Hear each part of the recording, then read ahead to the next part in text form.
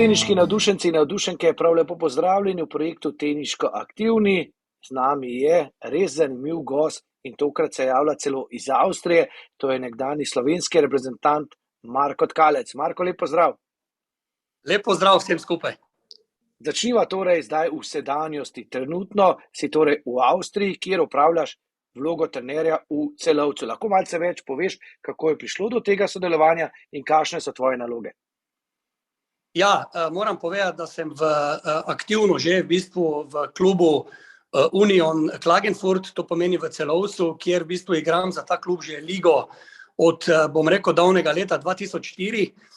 Potem pa je v bistvu splet okoliščin pripeljal do tega, da sem se pa leta 2017 z klubom dogovoril o sodelovanju tudi kar se tiče samega trenerskega dela, tako da sem v bistvu zdaj že 5. sezono aktivno vključen v trenersko delo kluba.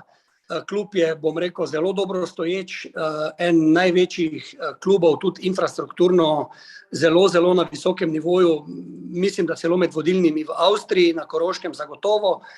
Tako da moram reči, da sem s svojim poslanstvom izredno zadovoljen, aktivno še vmes tudi za ta klub, kjer tudi delam, igram tudi ligo, tako da moram reči, da sem z samim delom, z samim pristopom in z vsemi pogoji, ki so mi tukaj dani, izredno zadovoljen. Kakšne pa so morda sploh tvoje naloge, koliko jih imaš varovancev, koliko otrok je sploh v klubu, lahko malce opišeš? Ja, naš klub šteje približno med tam 350 in 380 članov, kar velik pogon. Imamo v bistvu 38 ekip prijavljenih v samem ligaškem tekmovanju, to pomeni, to govorim od kategorije U8 otrok do v bistvu veteranov, tako da dejansko sem vključen v celoten proces. V zadnjem letu se je pri nas malo struktura v klubu in pa vodstvo spremenilo, tako da je več poudarka na delu z mlajšimi. Tako da v bistvu imam v vseh kategorijah od U8 pa do članov dejansko polne roke dela, tudi spremljava na turnirje in delamo na tem, da bi mogoče postali v bližnji prihodnosti eni vodilni klub v Avstriji, ne samo infrastrukturno, ampak tudi teniško oziroma tekmovalno. Kakšna pa je morda filozofija kluba in kako sovpada s tvojo filozofijo, kako predvsem tisti najmlajši tam začenjajo, je kakšna primerjava morda s Slovenijo?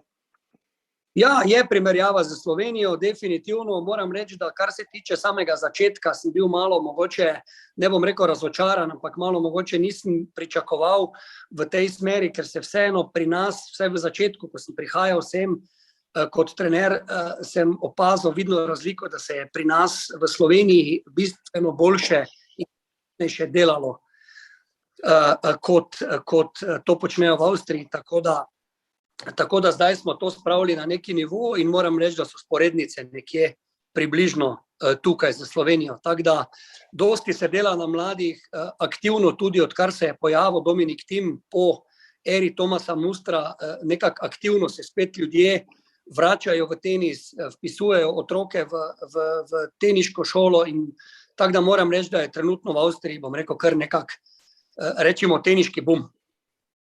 Kako pa sploh izgledajo sami turniri, morda v najmlajših kategorijah? V Sloveniji poznamo turnirje od 8 do 11 let, kako pa je v Avstriji s tem?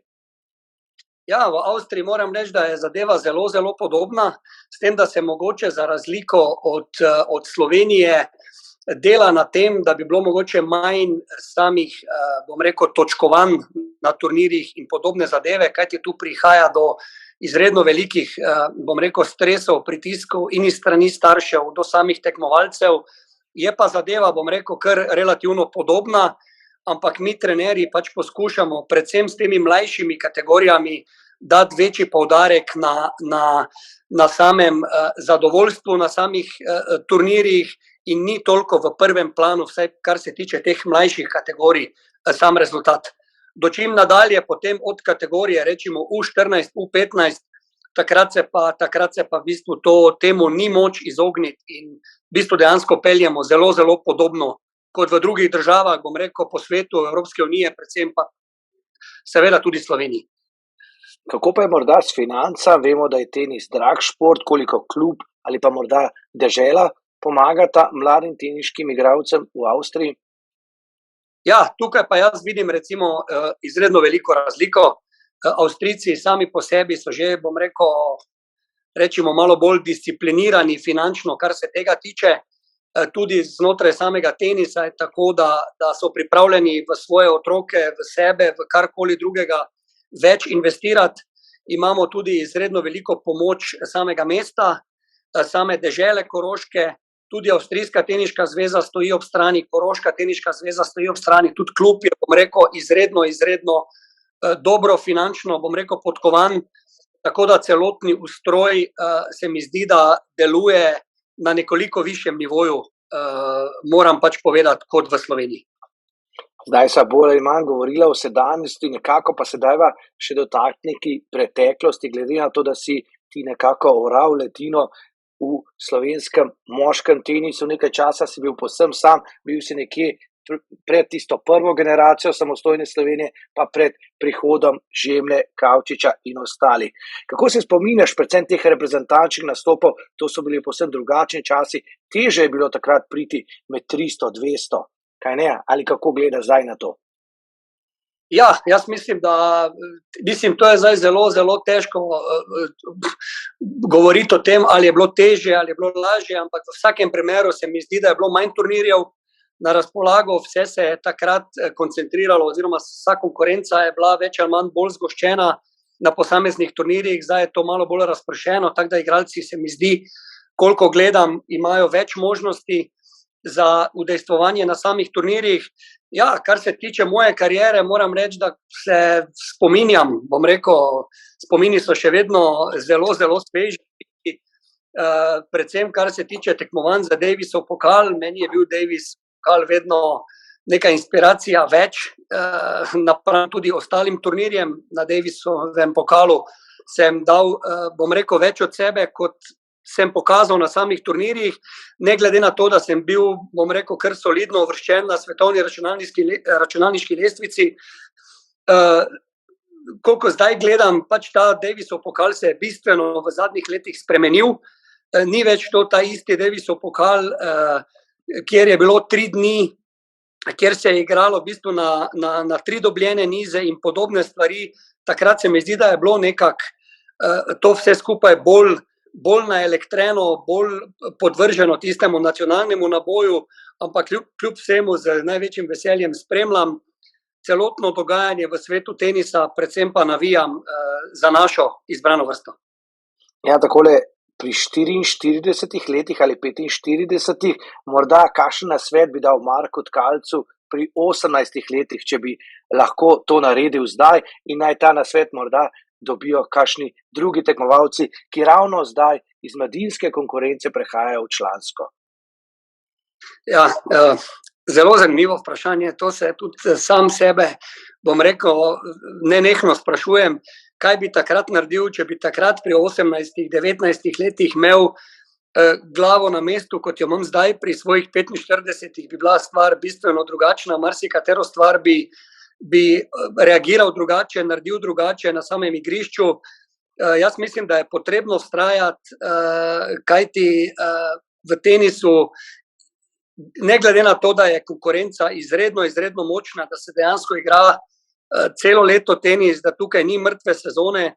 Mislim, da je fantom dano to, da imajo v Sloveniji v tem momentu bistveno boljše pogoje, kot jih je imela moja generacija in pa generacije prej.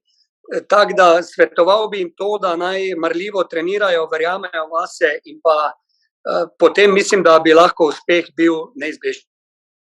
Hvala lepa, morda samo še zadnje vprašanje, ki ni vprašanje, ampak trditev, so še kaj pozabila, pa bi morda lahko povedal? Ja, moram povedati to, da v bistvu dejansko, glede na to, da sem aktivno vključen v delovanje Teniške zveze kot član strokovnega sveta, me izredno veseli, da je Teniška zveza v bistvu izredno dobro delujoča na vseh segmentih, da koliko slišim tako iz ženske reprezentance kot tudi moške, čisto od zunaj, da slišim, da stvari funkcionirajo dobro, da so pogoji dela dobri, tako da ob tej priliki bi rad vsem skupaj, ki so aktivno povezani v delovanje zveze, čestitev in jim zaželel obilo teniških uspehov tudi v bodoče. Ob tem pa bi rad seveda se tudi zahvalil mojemu matičnemu klubu, teniškemu klubu Branik iz Maribora, z katerim izredno dobro sodelujem. Vodilni v klubu mi, kar se tiče samih treningov vmes, ko sem v Mariboru, izredno pomagajo. Sam imam tudi dvoje hčera vključenih v program v teniškem klubu Branik, tako da tudi z njimi izredno dobro sodelujem in upam, da bo naše sodelovanje tudi v bodoče na tako zelo visokem nivoju. Hvala lepa za ta res lep zaključek in pa srečno v Avstrijo. Hvala lepa vsem skupaj.